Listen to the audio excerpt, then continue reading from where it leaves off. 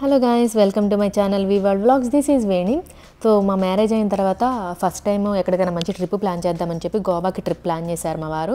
And ఇక్కడ నుంచి మేము స్టార్ట్ అయ్యాము. విజయవాడ నుంచి హైదరాబాద్కి వెళ్ళాము. ఇక్కడ నుంచి డైరెక్ట్ ఫ్లైట్స్ లేవని చెప్పి విజయవాడలో బస్ ఎక్కి హైదరాబాద్కి వెళ్ళాము.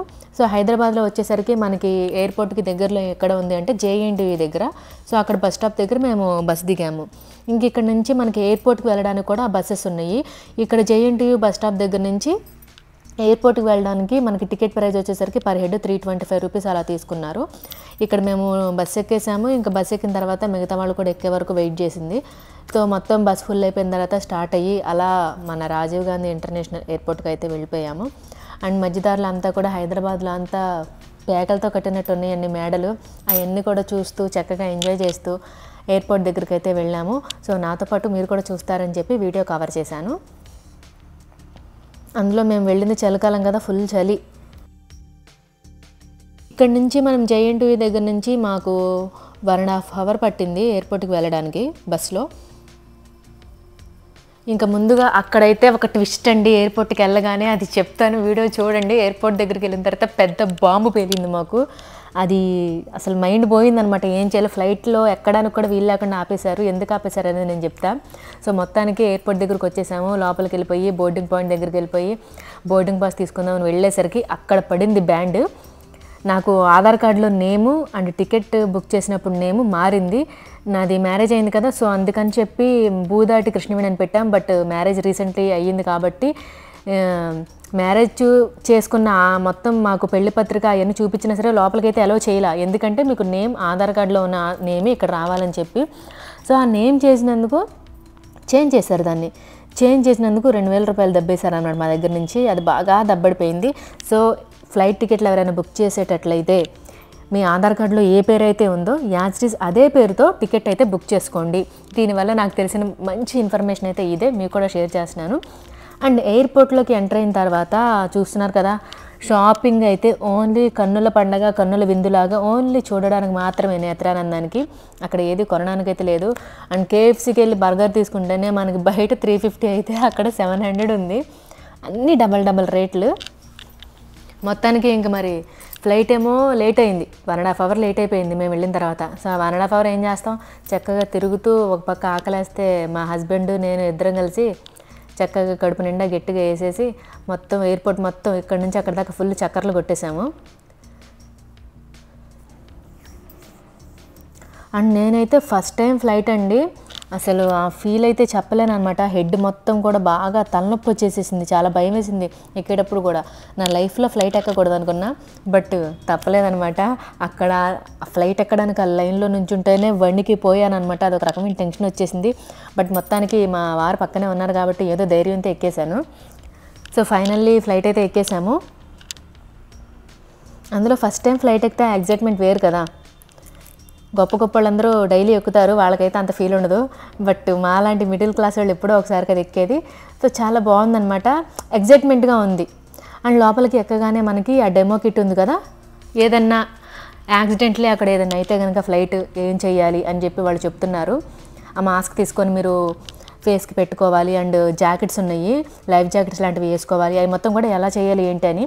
బట్ తెలుగు వాళ్ళకైతే కొంచెం కష్టం. ఇంగ్లీష్ ఆర్ హిందీ రెండు వస్తే కనుక కొంచెం ఈజీగా అర్థమైంది. నాకు అదే డౌట్ వచ్చింది, ఇంగ్లీష్లో చెప్తున్నారు, హిందీలో చెప్తున్నారు.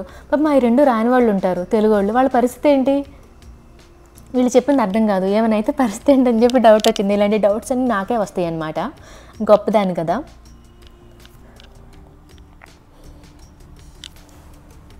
ఎయిర్ హోస్టెస్ అంటేనే చాలా నీట్గా ఉండాలి కదా. అందులో చాలా సన్నగా ఉన్నారు వాళ్ళు.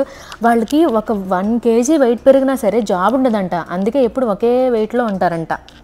నేను ఎక్కడో ఒక యూట్యూబ్లో వీడియో చూశాను, ఒక ఎయిర్ హోస్టెస్ ఇంటర్వ్యూ ఇస్తుంటే వాళ్ళు మినిమం వెయిటే ఉండాలి.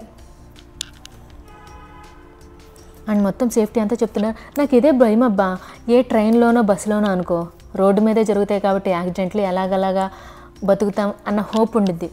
ఇది గాల్లో ప్రాణాలు గాల్లోనే పోతాయి కదా, ఫ్లైట్కి ఏమన్నా అయితే మనం బాడీ పార్ట్స్ కూడా దొరకవు కదా అని చెప్పి నా చిన్నప్పటి నుంచి అనుకునేదాన్ని. బట్ ఏం చేయలేం, తెగిచ్చేసి ఎక్కేసాం. బట్ హ్యాపీగా సేఫ్గా వెళ్ళామన్నమాట.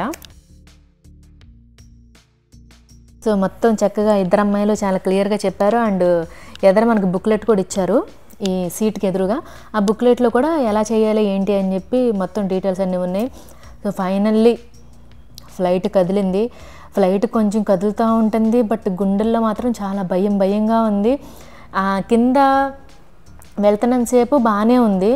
అక్కడి నుంచి ఎక్కడైతే ఆ రన్వే మీద నుంచి అలా పైకి లెగిసిందో నా గుండెలు కూడా అలా పైకి లెగిసింది. ఇంకంతే, వామ్మో ఏదో అయిపోయిందన్న ఫీలింగ్ వచ్చేసింది నాకు.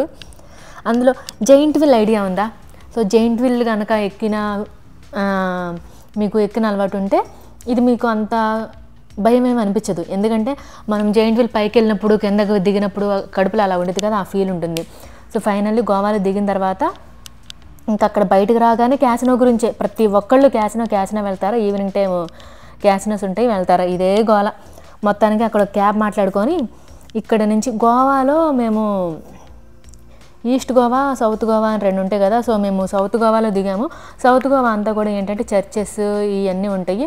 సో ఇటు సైడ్ గోవాలో ఏంటంటే మనకి క్యాసినోస్, బీచెస్ ఇవన్నీ ఉంటాయి.